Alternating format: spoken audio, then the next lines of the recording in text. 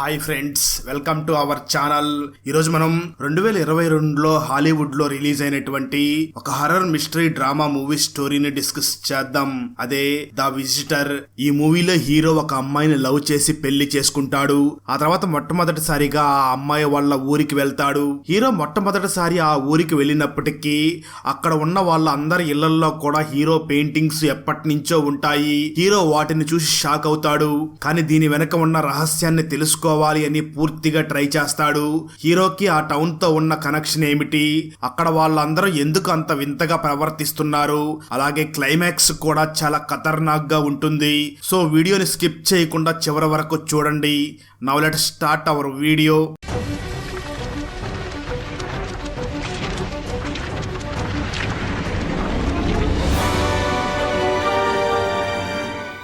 Open చేస్తే పొలాల మధ్యలో ఉన్న ఒక దారిని చూపిస్తారు.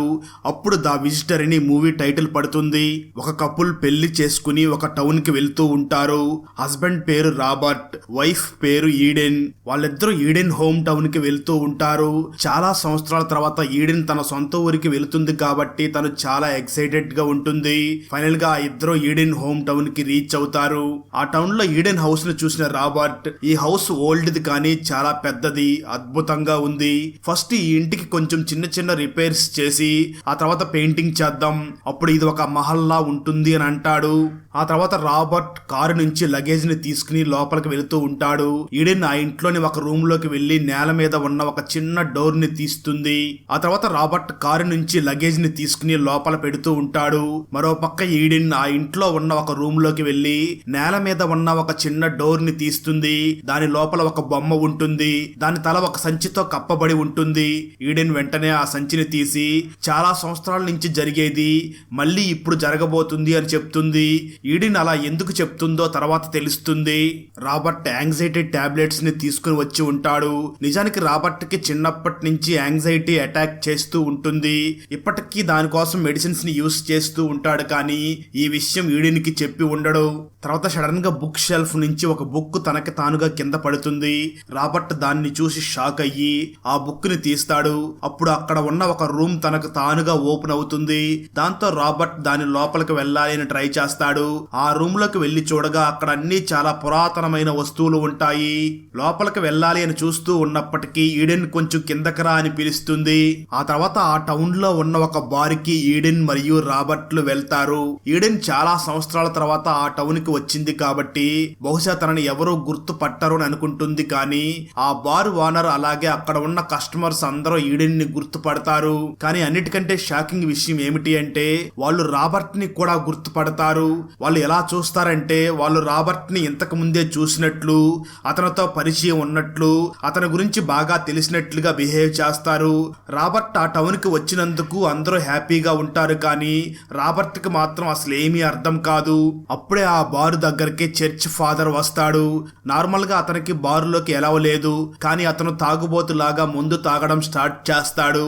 ఆ తర్వాత అందరూ ఈడెన్ ని ప్రశంసిస్తూ ఉంటారు. అది చూసిన రాబర్ట్ వీళ్ళందరూ ఏ కారణం లేకుండా నిన్నెందుకు అంతలా పొగుడుతున్నారు అని అడుగుతాడు. కానీ అప్పటికే రాబర్ట్ కి ముందెక్కువ ఉండడం వల్ల మత్తుతో కింద పడిపోతాడు.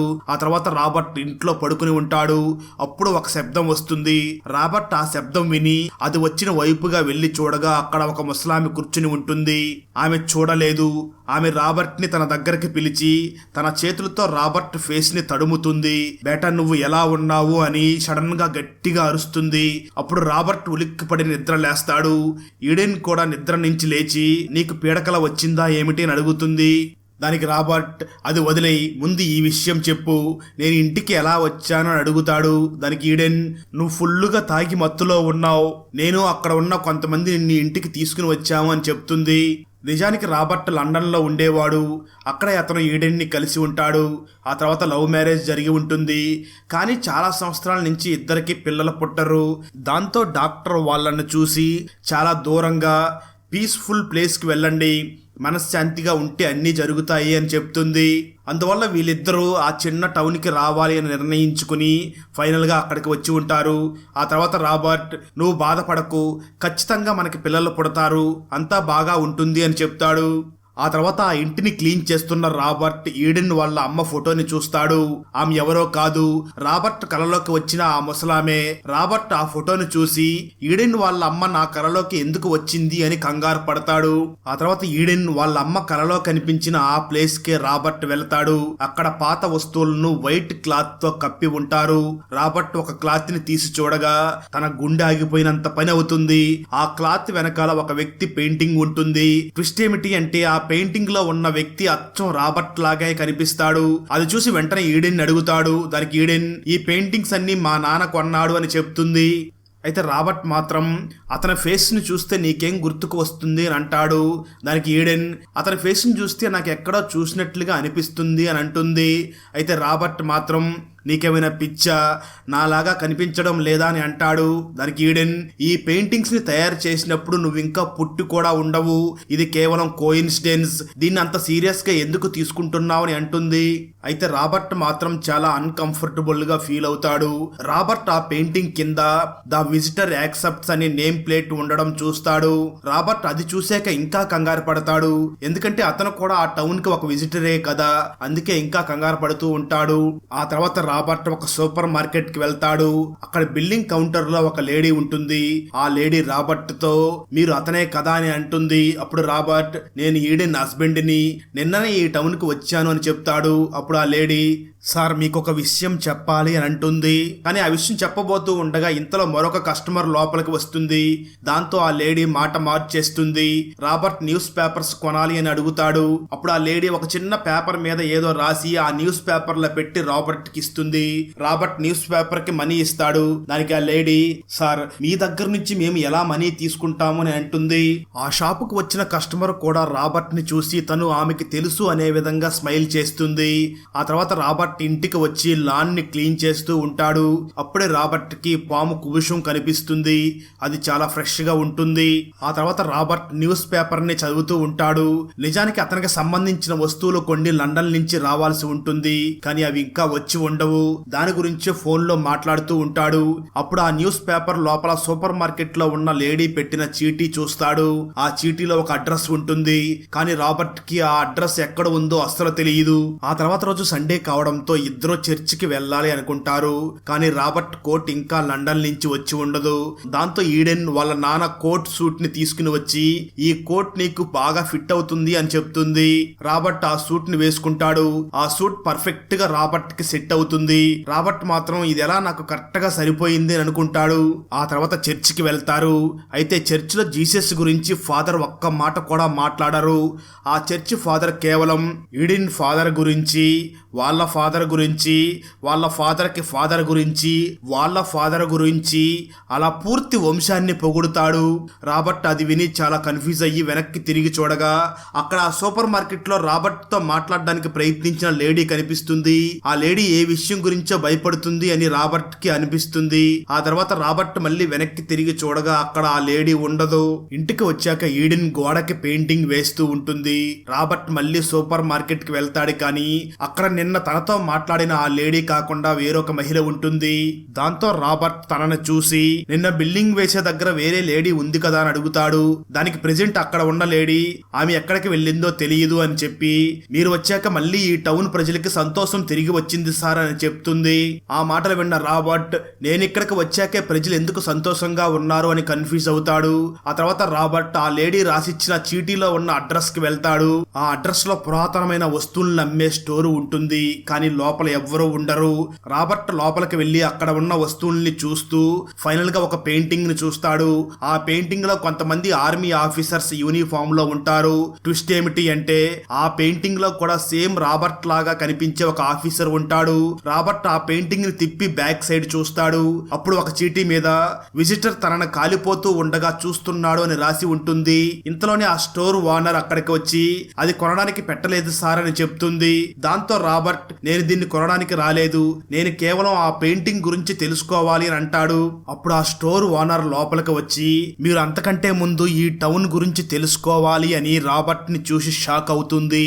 దాంతో రాబర్ట్ చూడండి నేను కూడా మీలాగే షాక్ లో ఉన్నాను, మీరు దయచేసి ఈ టౌన్ గురించి చెప్పండి, అలాగే నాలాగే కనిపించే ఆ వ్యక్తి ఎవరో కూడా చెప్పండి అని అంటాడు. అప్పుడు ఆమె రాబర్ట్ దగ్గరికి వచ్చి, చూడు, నువ్వు చాలా డేంజరస్ క్వశ్చన్స్కి ఆన్సర్ వెతుకుతున్నావు. నా మాట విను. నువ్వు ఇక్కడి నుంచి తక్షణమే వెళ్ళిపో, లేదంటే నీకు చెడు తప్ప ఏమీ జరగదు. ఇక్కడి నుంచి తొందరగా వెళ్ళిపో అంటూ చాలా సార్లు అరుస్తుంది. దాంతో రాబర్ట్ భయపడి ఇంటికి వస్తాడు. ఆ సమయంలో ఇంట్లో ఈడెన్ గోడ మీద రాబర్ట్ లాగా ఉన్న ఆ వ్యక్తి పెయింటింగ్ ని గోడకి తగిలించి ఉంటుంది. రాబర్ట్ ఆమెను చూసి, నీకు ఇదంతా జోక్ గా ఉందా? ఆ పెయింటింగ్ ని ఇక్కడ ఎందుకు పెట్టావు? దాన్ని చూడగానే నేను చాలా అన్కంఫర్టబుల్ గా ఫీల్ అవుతున్నాను. నేను నీకు చాలా సార్లు చెప్పాను అని తిడతాడు. దానికి ఈడెన్, ఇందులో అంత కోపం తెచ్చుకోవాల్సిన అవసరం ఏముంది అని అంటుంది. రాబర్ట్ ఈడెన్ ని చూసి, నేను ఇప్పుడు ఆ పాత వస్తువులను నమ్మే స్టోర్ నుంచి వచ్చాను. అక్కడ ఆ స్టోర్ లో సేమ్ అదే వ్యక్తి పెయింటింగ్ కూడా ఉంది. ఆ స్టోర్ ఓనర్ కూడా నన్ను చూసి షాక్ అయ్యింది. నన్ను ఈ టౌన్ వదిలిపెట్టి వెళ్ళిపోమని చెప్పింది. నాకు ఇక్కడ ఏదో తేడాగా ఉంది. నువ్వు నేను చెప్పే ఒక్క మాట కూడా వినవు అని అంటాడు. దానికి ఈడెన్, రాబర్ట్, మనం ఇక్కడికి పీస్ఫుల్ గా ఉండడానికి వచ్చాం. ఒక ఫ్యామిలీ తయారు చేసుకోవడం కోసం వచ్చాం. ఆ విషయం మర్చిపోయావా? కానీ నువ్వు ఒక పాత పెయింటింగ్ ని చూసి ఏం ఇమాజినేషన్ చేసుకుంటున్నావు? ఇక్కడ కంటే మనం లండన్ లోనే బాగా ఉండేవాళ్ళం అని చెప్పి ఈడెన్ కోపంతో అక్కడి నుంచి వెళ్ళిపోతుంది. రాబర్ట్ కి తను చేసిన తప్పు తెలిసి వస్తుంది. ఆ రోజు రాత్రి ఆ పాత వస్తువులను నమ్మే స్టోర్ ఓనర్ ఆ టౌన్ ని వదిలేసి వెళ్ళడానికి ఒక టికెట్ ని బుక్ చేస్తూ ఉంటుంది. సడన్ గా ఆ స్టోర్ లోపలికి ఎవరో వచ్చినట్లుగా శబ్దం వస్తుంది. బెల్ కూడా మోగుతుంది. దాంతో ఆమె అక్కడికి వెళ్లి చూడగా షటర్ కింద ఒక పురుగు లోపలికి వస్తుంది. దాన్ని చూసిన ఓనర్ భయపడి లోపలికి వస్తుంది. అప్పుడే 1000కి పైగా కాక్రోచ్లు గ్లాస్ పగలగొట్టుకుని లోపలికి వచ్చి ఓనర్ ని చంపేస్తాయి. మరో పక్క రాబర్ట్ అద్దం ముందు నిలబడి ఉంటాడు. అప్పుడే సడన్ గా అతని రిఫ్లెక్షన్ రాబర్ట్ అద్దాలని తీసుకుని విరక్కొడుతుంది. దాంతో రాబర్ట్ ఉలిక్కిపడి నిద్రలేస్తాడు. వెంటనే పక్కకి తిరిగి చూడగా అక్కడ నిజంగానే టేబుల్ మీద ఉన్న తన కళ్ళద్దాలు విరిగిపోయి ఉంటాయి. ఆ తర్వాత రాబర్ట్ దాని గురించి ఆలోచిస్తూ టీవీ చూస్తూ ఉంటాడు. అప్పుడే ఈడెన్ వచ్చి తన ప్రెగ్నెంట్ అని టెస్టింగ్ కిట్ తెచ్చి రాబర్ట్ కి చూపిస్తుంది. పాజిటివ్ అని వస్తుంది. దాన్ని చూడగానే రాబర్ట్ ఆనందానికి అవతలు లేకుండా పోతాయి. రాబర్ట్ తనకున్న అన్ని కన్ఫ్యూజన్స్ ని అన్నిటినీ మర్చిపోయి ఈడెన్ తో పాటు సంతోషంగా సమయాన్ని గడుపుతాడు. ఆ తర్వాత రాబర్ట్ మరియు ఈడెన్ ఇద్దరు చర్చికి వెళ్తారు. అక్కడ ఉన్న అందరూ కూడా ఈడెన్ ని చూసి తనకు బేబీ పుట్టబోతుంది అని చాలా హ్యాపీగా ఉంటారు. ఆ తర్వాత చర్చి ఫాదర్ తన ఇంటికి వాళ్ళని ఇన్వైట్ చేస్తాడు. రాబర్ట్ బాత్రూమ్కి వెళ్ళాలి అనుకుంటాడు. అప్పుడు ఫాదర్ ఆ వైపుగా వెళ్ళు అని చెప్తాడు. కానీ రాబర్ట్ బాత్రూమ్కి వెళ్లకుండా బాత్రూమ్కి వెళ్ళాలి అనే సాకుతో ఫాదర్ బెడ్రూమ్లోకి వెళ్ళి చూడగా అక్కడ జీసస్ సిలువు రివర్స్ లో ఉంటుంది. బహుశా గాలి వల్ల అలా రివర్స్ అయిందేమో అనుకుని రాబర్ట్ వెంటనే దాన్ని కరెక్ట్ గా తిప్పి పెడతాడు. అక్కడ కూడా రాబర్ట్ ఉన్న పెయింటింగ్ ఉంటుంది. రాబర్ట్ దాన్నే చూస్తూ ఉండగా ఫాదర్ అక్కడికి వస్తాడు. ఆ ఫాదర్ రాబర్ట్ ని చూసి, నువ్వు ఆ పెయింటింగ్ ని చూడగానే కన్ఫ్యూజ్ అయ్యావని నాకు తెలుసు, కానీ అందులో ఉన్నది నువ్వు కాదు.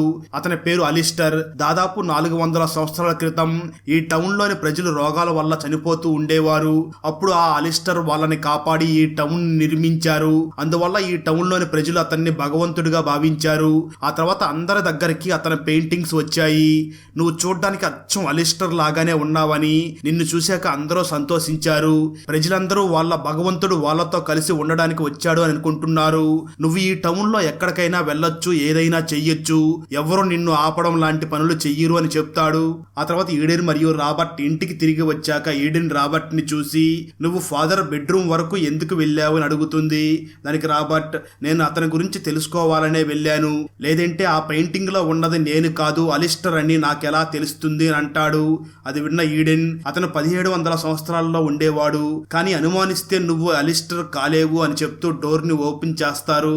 అప్పుడు 5 కప్పలు వాళ్ళకి ఎదురుగుండా లైన్ లో కూర్చుని ఉంటాయి. అది చూసిన వాళ్ళిద్దరూ షాక్ అవుతారు.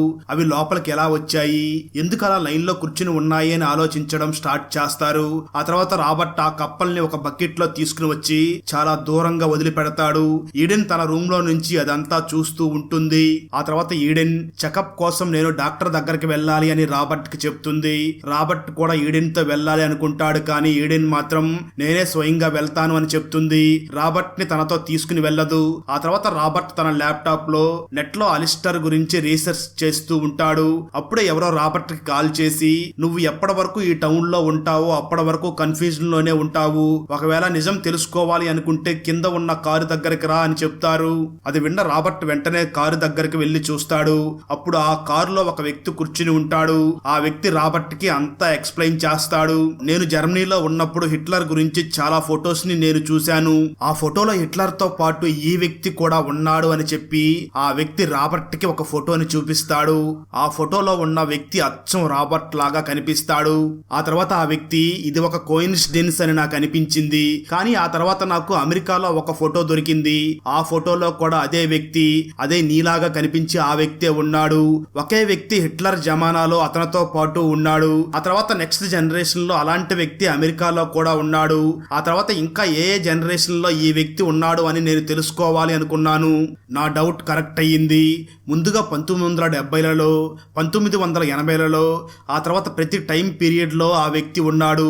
అతని ఫొటోస్ నాకు దొరికాయి అని చెప్తూ ఉంటాడు. ఇదంతా వింటున్న రాబర్ట్ ఆ వ్యక్తిని చూసి, సార్ 1 మినిట్, నాకు ముందు నుంచే తల తిరుగుతుంది, మీరు ఇంకా నా తల తిరిగేలా చేయకండి. డైరెక్ట్ గా ఇన్ని ఫొటోస్ లో ఉన్న ఆ వ్యక్తి ఎందుకు నాలాగే ఉన్నాడు అని అడుగుతాడు. ఎందుకంటే అక్కడ అన్ని చోట్ల ఉన్నది ఎవరో కాదు, అది నువ్వే అని అంటాడు.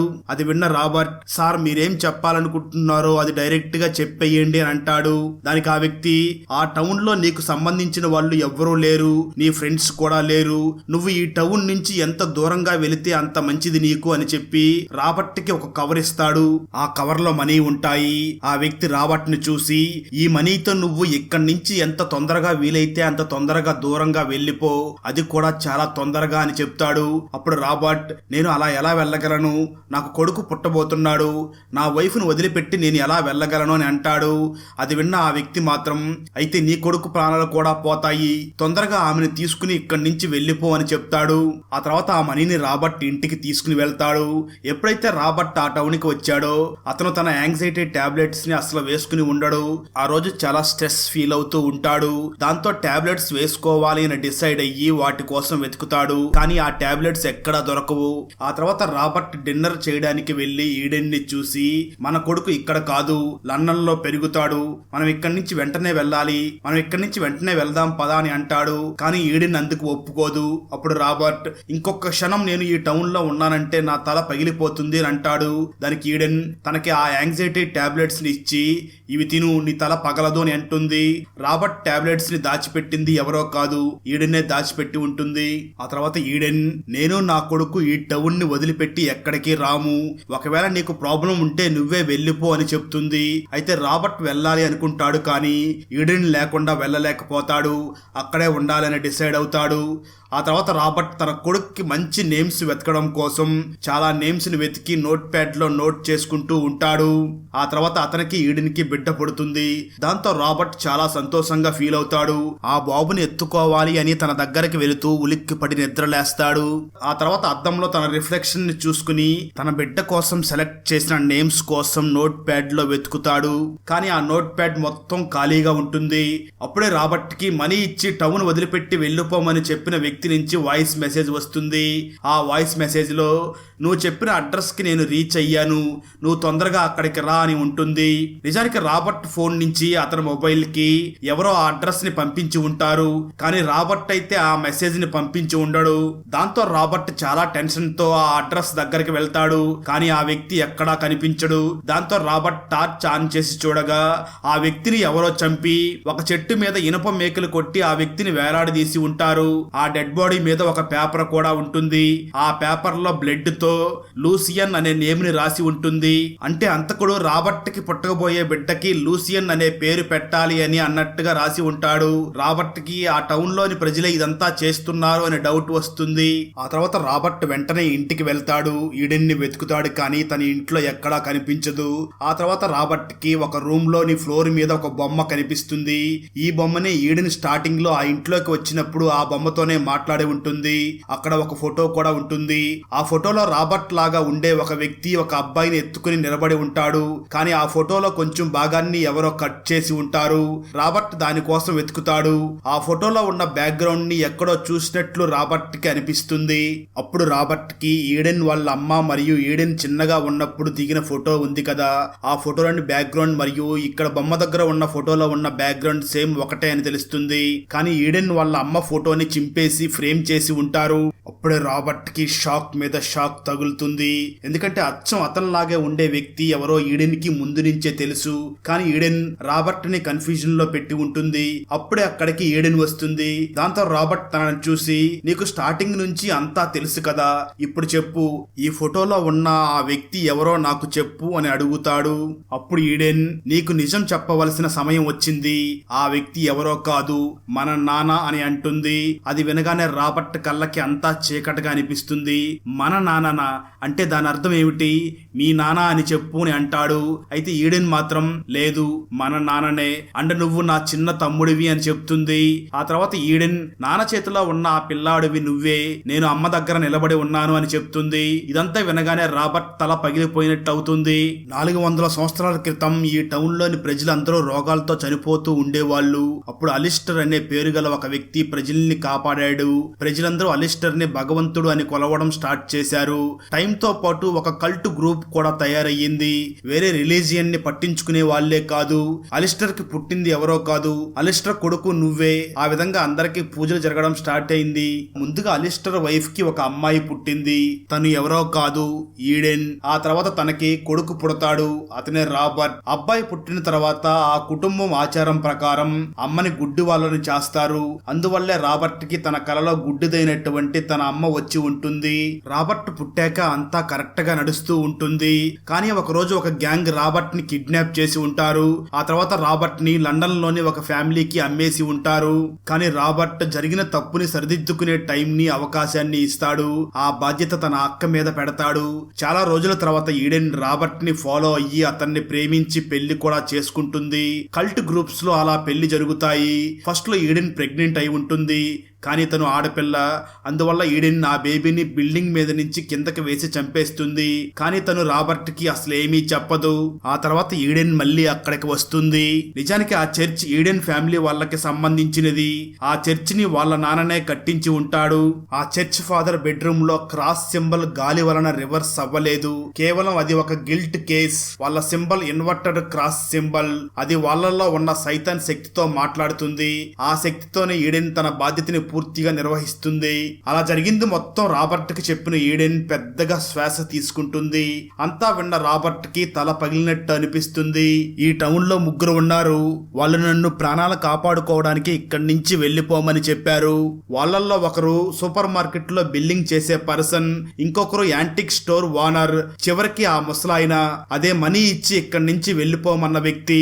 వాళ్ళందరినీ నువ్వే చంపావు కదా అని అడుగుతాడు. దానికి ఈడెన్ మరొక ట్విస్ట్ ని రివీల్ చేస్తుంది. ఆ ముగ్గురిని నేను చంపలేదు, ఆ ముగ్గురిని నువ్వే చంపావు. నీ లోపల అలిస్టర్ బ్లడ్ ఉంది. ఆ గుణాలన్నీ నీలో ఉన్నాయి. ఆ గుణాలన్నీ బయటికి తీసుకురావడం కోసమే నేను నీ టాబ్లెట్స్ ని దాచిపెట్టి నువ్వు తిన్న ఫుడ్ లో కల్ట్ కి సంబంధించిన హెర్బల్స్ ని మిక్స్ చేశాను. అందువల్ల నీ లోపలికి అలిస్టర్ గుణాలన్నీ వస్తాయి అని చెప్తుంది. ఆ తర్వాత రాబర్ట్ ఆ ముగ్గురిని తానే సొంతంగా చంపాను అని రియలైజ్ అవుతాడు. రాబర్ట్ లండన్ లో ఉన్నప్పుడు అతని లోపల ఉన్న గుణాల వల్ల చాలా వైలెంట్ గా అవుతూ ఉంటాడు. వాటిని కంట్రోల్ చేసుకోవడం కోసమే రాబర్ట్ టాబ్లెట్స్ ని వాడుతూ ఉంటాడు. అయితే అక్కడికి వచ్చాక రాబర్ట్ టాబ్లెట్స్ ని తీసుకోవడం ఆపేసి ఉంటాడు. అందువల్ల నిజమైన క్యారెక్టర్ బయటకు వచ్చి ముగ్గురు ప్రాణాలు తీసేసి ఉంటాడు. ఇదంతా తెలుసుకుని రాబర్ట్ ఈడెన్ ని కూడా చంపాలి అని అనుకుంటాడు. కానీ రాబర్ట్ ఫైనల్ గా అలిస్టర్ కల్ట్ లో ఒక భాగం అవుతాడు. అప్పుడు ఈడెన్ లివర్ పెయిన్ అవుతుంది. ఆ టౌన్ లోని వాళ్ళందరూ కలిసి కర్మకాండలాగా ఆమెకు డెలివరీ చేస్తారు. రాబర్ట్ దూరంగా కూర్చుని ఉంటాడు. ఈడెన్ ఒక బాబుకి జన్మనిస్తుంది. ప్రజలందరూ సంతోషంలో నెక్స్ట్ భగవంతుడు పుట్టాడు అని ఫీల్ అయ్యి డాన్స్ చేస్తూ ఉంటారు.